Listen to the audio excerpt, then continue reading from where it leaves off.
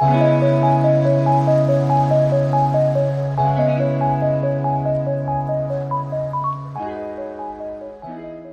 Zitando, welcome back to my YouTube channel. I'm your girl Palasamokatla, and if you're new on this channel, please do subscribe, please do like, and please do comment, because I love hearing from you guys. And if you are my regular welcome back, darling, welcome back. This is going to be one noisy story time, but please do bear with me. My baby is literally, I don't know, it's just going crazy. But yeah, I'm just glad for, you know what, my mom just took him, and then I can give you guys the story time. So I have me candles. Reason being, I just wanted to set that mood, you know. I just wanted to set that mood because I'm going to be talking about something that's I don't know if I should say sad, because I'm over it now. But you know, if you guys, as you guys have seen by the title of this video, so yeah, it's not gonna be nice and whatever, but hence, so yeah, so this is going to be the most weirdest video. You guys have never seen me eat in my videos, but I'm gonna be having, guys, I'm on a diet. This is not your, I don't know if I should say it's a mukbang or what, a mukbang, I don't know, but yeah, I'm gonna be having this. I'm gonna be having brown rice, broccoli with cheese and some pepper, and my breast, okay, chicken breast, yeah, my chicken breast. And I'm gonna be having juice. I get ready juicy, I get ready, but you know, just for this video. So yeah, let's start the video. So now, this is a story time. This is how my stepmother literally separated me from my dad.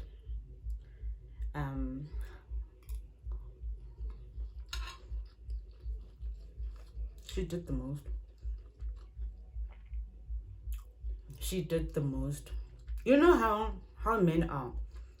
Once they fall in love, they forget about their children, they forget about their lives and whatnot. They focus on that specific person, yeah, which is wrong. Okay, some men, I'm not gonna say all men, but some men, that's how some men are. Oh yeah, well,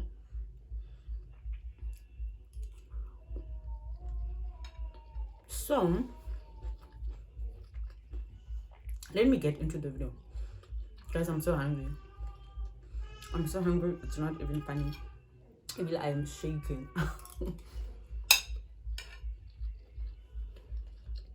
So this is what happened. I'm gonna start from the very beginning now. No, let me say this story time about my stepmother, I'm going to divide it into parts. So I'm gonna have a part 1, part 2, part 3, part 4. I think it felt like a part 5. That's how long. It's basically my whole life, because I stayed with this woman my whole life, you understand? So it's gonna be long, so I can't fit the whole thing into one story, so I'm just gonna divide it into parts. So we are more part 1, how she separated me from my dad. Sharp. Now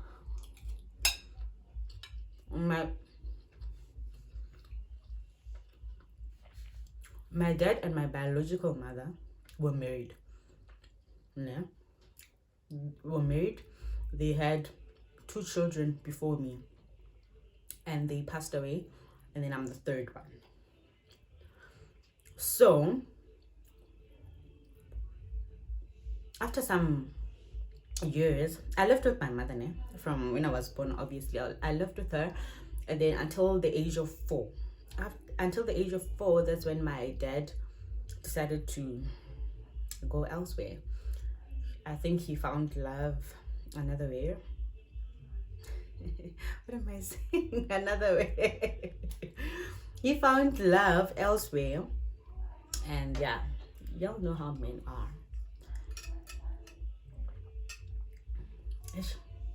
Why am I not drinking water? So he found love and he found this woman. This woman is a nurse currently. So I remember they came. I did not know what was going on because I was still very young, 4 years. They came, but my memory is very sharp. I remember exactly what happened. They came, and then I remember my dad asking me, Khora. He was parking outside the house where he was staying with my mother. So they were parking outside, and I remember he asked me, Khora, do you want to go with me or do you want to stay with your mother? That was a trick question. And I was like, no, I want to go with you. I mean, come on, I'm a child. I was like, I want to go with you. Kante, that was the last time I saw my mother.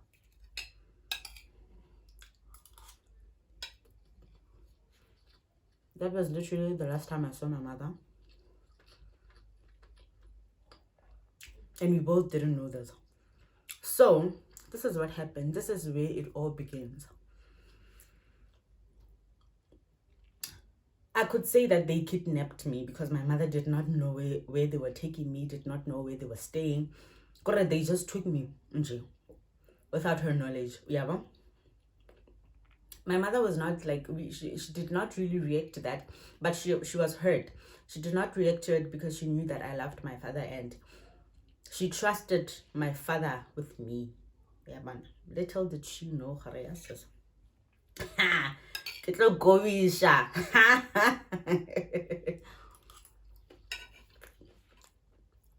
Get goishit. Fine. We went to this other flats. I think that's where they were staying all along. We went to these other flats and then sharp. Fast forward. The woman started havoc noyan. She was like, she was fighting my mom. She wanted my mom to move out of the stand where she was staying with my dad. You understand? Apparently she wanted to like a salon over there. My mom was like, what? You take my husband, now you want to move me out of my stand. You found me living here, now you want to don't come here with your nonsense. And then my mom fought for the stand and she won. Imagine the audacity, the liver that woman had. Sure. Sharp. And then these are the words that my mother told this woman. She told her, you know what? The very same way you are taking my husband away from me, your husband is also going to be taken away the very same way. She did not, but I think this will be a part 5. It will be a part 5. So sharp. And then guess what? Number 2, she demanded a DNA test. So she felt like I'm not my father's child. She demanded a DNA test. So meaning my mother went around opening her legs. The audacity, the nerve that this woman had, or still has, I don't know. So sharp, my mother gave them the go ahead. You know what?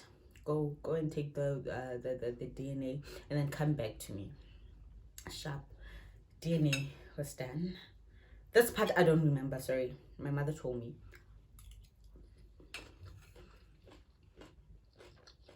DNA done. I'm my father's child. Sharp. Heartbroken. My mother happy, the other one is heartbroken for what? I thought you know what? Sharp. Sharp, fast forward, we lived together. My dad, me, stepmother, stepsister. My stepsister is such a sweetheart. She is such a sweetheart. She didn't know this until I told her, you know what, your mother has been treating me this way.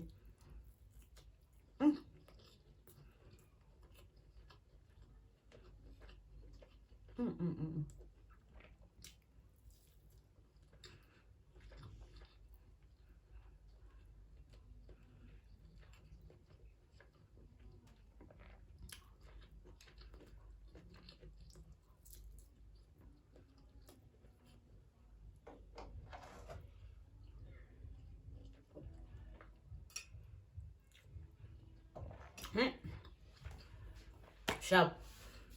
We lived together, the four of us. And guess what?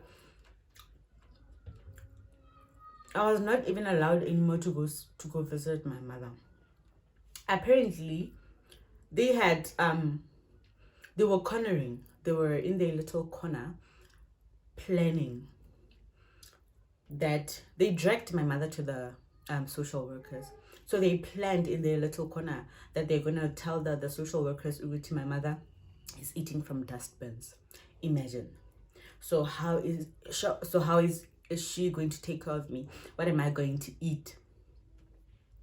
That was their plan, so that my dad could win me over. Sharp. We went to the social workers. They said that, and guess what? That time I was with my mother. I had visited my mother, and then when I had to go back to my dad's place, my mother refused because she knew she would probably never see me again. So they had that plan. They told the social workers, this one is eating from dustbins. She's not working. She's poor. What is my baby going to eat? What? And then, funny enough, when we got there, my mother had combed my hair so nice. 2 ponytails. I had super long hair. 2 ponytails. I had my little school bag with snacks inside. Like, I was so nice, well dressed, everything. So the lady was like, she was white. White people don't play. The lady was like, how is she eating from the dustbins while her child is looking the way she's looking? They are both looking nice. They are well dressed. They are bashap. It looks like they are just living sharp together. Sorry about that. I just had a call. Just received a call. So the lady was like, these people look perfectly fine to me. They look well. They are well fed. Everything. So don't come here with your little schemes. Scam. You guys are just trying your luck. So sharp. That's what happened, and this is what they did. Y'all know social workers are very clever. This is what they did. They told my dad to come inside the room, the room that we were in, and then they told my mother to go wait outside. So it was just me and my dad, and then they told my dad to go out and just say bye-bye to me. That's what he did. And I was just like, bye-bye, sharp. Then they called my mother in the room, and then she was instructed to do the same thing. That's what she did, and I literally cried for her. And then they were like, you know what? We know who the child is choosing, so we are not going to be doing this. You are not going to try to take the child away from her mother. So please, sharp. They lost.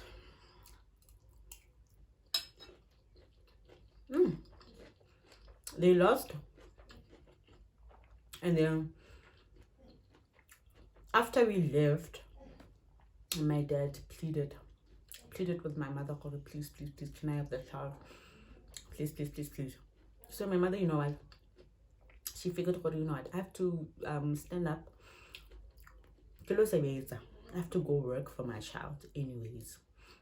So if I don't want her to go live with her father, how am I going to do that? How am I going to hustle? Guys, another call. Baby. Sorry about that. I just had a call. Just received a call. So the lady was like, these people look perfectly fine to me. They look well. They are well fed. Everything. So don't come here with your little schemes. Scam. You guys are just trying your luck. So sharp. That's what happened, and this is what they did. Y'all know social workers are very clever. This is what they did. They told my dad to come inside the room, the room that we were in, and then they told my mother to go wait outside. So it was just me and my dad, and then they told my dad to go out and just say bye-bye to me. That's what he did. And I was just like, bye-bye, sharp. Then they called my mother in the room, And then she was instructed to do the same thing. That's what she did, and I literally cried for her. And then they were like, you know what, we know who the child is choosing, so we are not going to be doing this. You are not going to try to take the child away from her mother, so please. Sharp. They lost.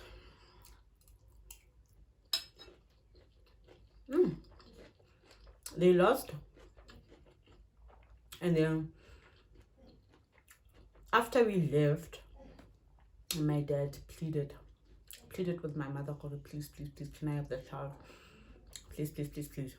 So my mother, you know what, she figured, you know what, I have to stand up. I have to go work for my child anyways. So if I don't want her to go live with her father, how am I gonna do that? How am I going to hustle? Guys, another call. Baby. Okay, sharp. He pleaded, my mother agreed. Well, you know what? But whenever I want to see this child, please, I don't want you they run around. I want to see my baby. That's it. So sharp. Fast forward. My mother would call wanting to see me. They would refuse. The mother would the stepmother. We need to give her a name. But I don't wanna sound rude. She's still my elder, you know. I don't wanna sound we were raised kahle. One thing I thank my parents for is teaching me God, that there is God. Otherwise I wouldn't be like this. How the hell do you respect someone who traumatized you your whole life, who hated you your whole life, who made your life hell? I don't even want to get into that. So yeah, fast forward, I'd visit my mother, ne? Like, yo, it would be fights before I go see my mother. Fights. Because my mother used to spoil me a lot.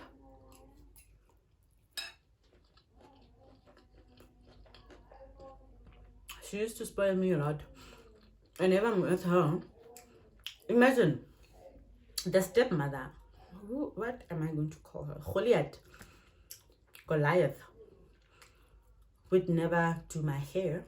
So every time I visit my mother, she'd be sad, she'd be hurt. Why is my baby's hair looking like this?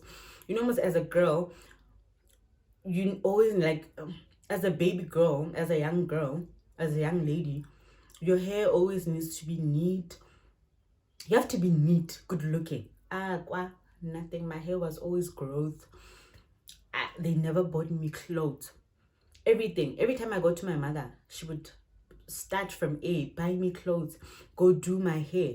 And then after she does that, when I get to Goliath's house, they would take my clothes and give them to my stepsister. After doing that, they would ask my mom, why are you doing Palasa's hair and not doing my stepsister's hair, the other one's hair? My mom would be like, she's not my child, she's your child. And first of all, you are working. You guys said I am eating from dustbins. So now why should I do for your child? You understand? Why should I do her hair? It's not a must. You are responsible for that. I'm going to be responsible for my child because I'm eating from dustbins, you know?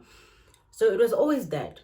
Until now, they literally didn't want me to see my mother anymore. Like, literally, nada. So this is what they did. They took me to Khanyesa. This is where Goliath grew up. This is her hometown. They took me to Khanyesa, and when I got to Khanyesa, this is where everything, my life started. And then they didn't, number one, they didn't tell my mother that we are taking your child to this place. Number two, they left me there so that Goliath's mother should raise me, basically. So Goliath's mother was very kind, and whenever my mother would phone, she had a landline phone. Whenever my mother would call, she would let me talk to my mother. Yeah, well, so I was always crying because I missed her so much. And yeah, so that's what they did. So they basically just kidnapped me. They took me away from my mother without my mother's knowledge. But okay, sharp, cool. I went to crèche there, and then I basically grew up there. So sharp. Fast forward, we moved. I moved back. I moved back with with the family, my stepsister Goliath and my dad. I moved back with them after a year. Yeah, it was after a year. I moved back, and then that's where my primary school days started.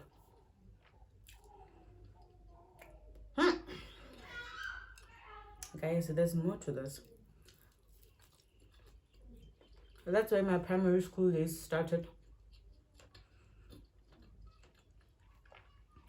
Guys, I remember so well. I remember so well. I remember this one time my mother had just bought me stationery. My mother was the one always buying me stationery because Goliath never bought me anything, never did anything for me. My mother bought stationery, school clothes, and everything. Guess what? This other time I went to school, my dad went to drop us off at school, and then my zip broke. And then my dad tried to fix it. And then Goliath was like, leave that child alone. Leave that child alone. She's naughty. What was she doing? Why is the zip broken? What? Leave her alone. She will go to school like that. And then guess what? My dad left me just like that. Imagine having to go to school with holding my school bag like this because the zip was no longer working. So my school books were literally just smiling out of my bag.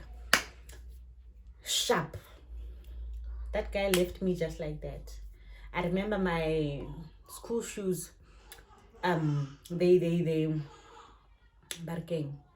My big toe was almost about to show. Ne? Basically. They never bought me school shoes, graduates. I went to school with those shoes until the big toe eventually showed, graduates. That was my life. I lived in the suburbs, but when you looked at me, you'd swear, I'm not. I don't wanna put it in a bad way, ne? But you know, for we are expecting on point. But as for me, sure, my stepsister was always on point, and that's how bad it was. I don't know if my dad was not seeing this, maybe I don't know. But it was bad. My living conditions were bad. My situation was bad and sharp. So I became naughty eventually because of my situation. Like they are you understand? They like my big, and mind you, I was very clever in primary. I don't want to, no, I was not very clever, but I was bright. I got good marks. Every year I would get the certificate, the awards, you know, most primary. I would get the awards. Sometimes the athletics, sports. I was very busy in primary. Sharp. My stepsister never got any of those. Nothing, nada, dollar. And then, when was it?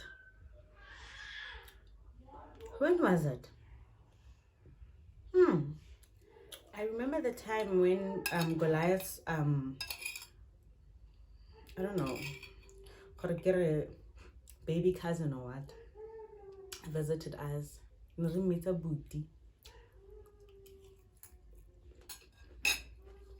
He visited us, And then I remember every time, like I said, I was busy when I go primary. I was playing netball, doing athletics, everything you can think of. So now we had this netball match, and then I asked my dad, you know what? I have a friend who doesn't have transport to go back home, but I'm not taking you out of your way. It's literally when we go home sharp. My dad said, no, it's okay. It's not a problem. That's what we used to do. That booty. Then my dad gave him the car. You know what? Go and fetch Palesa. Go high. She's done sharp. You know what that guy said? When I recruit at home, what,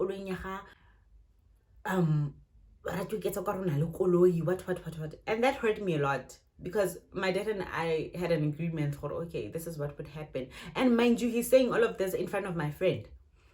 So when I got home, I called my mother. For Mama, this is what's happening. My mother was like, you know what, tell him you did not fall off a tree. I gave birth to you, so nobody's going to talk to you the way they want to or the way they wish to. If they want to do that, they should start with me. They'll have to go through me first. And then I told them that. And then Goliath was like, you know what? Let's go and see your mother. Why would she say something like that? And then we went. And then when we got there were no words. She was just silent. My mother was waiting for her. Kro was waiting for her to make a move. But you know what? Dololo. Mogele eno kare ga se no re tswang kutlungola are ha re lo bana mama gago ha re tsana kwa zip. She didn't even know what to say. Guys, my phone is ringing. She did not. So she's this type of person, eh? She liked causing the friction in thinking my dad would always take her side, because she had already done the damage. My dad now started seeing me as this naughty child, as this rebellious child. I was the worst child. He would even insult me, everything. That's how my dad was towards me. So I'm thinking, I should just end this part 1 here, and then I'm going to continue with part 2. But part 2 is obviously going to have a different heading. Yeah, so I just wanted to tell you guys how it all started from the beginning until my primary years. So I think the next video will continue from primary, where I go high school, ne? And then we'll just let out. But I'm thinking, let me not give you too much information. I just wanted to tell you guys about Goliath's character. Her character, and the type of person she was, and how she started everything. Yeah, but I don't believe, if you really love someone, I don't believe and not love their child. That's not true love. Yeah, man. And as a woman, man, how can you treat someone's child like that? What if it's your child? What if your child is in that position one day? You understand what I'm saying? So I'm thinking, you know what, let me just end part 1 here, and then there'll be more on part 2, and there'll be more on part 3, and then even more on part 4, way more part 5. See you on the next story time, Zitanda. Bye.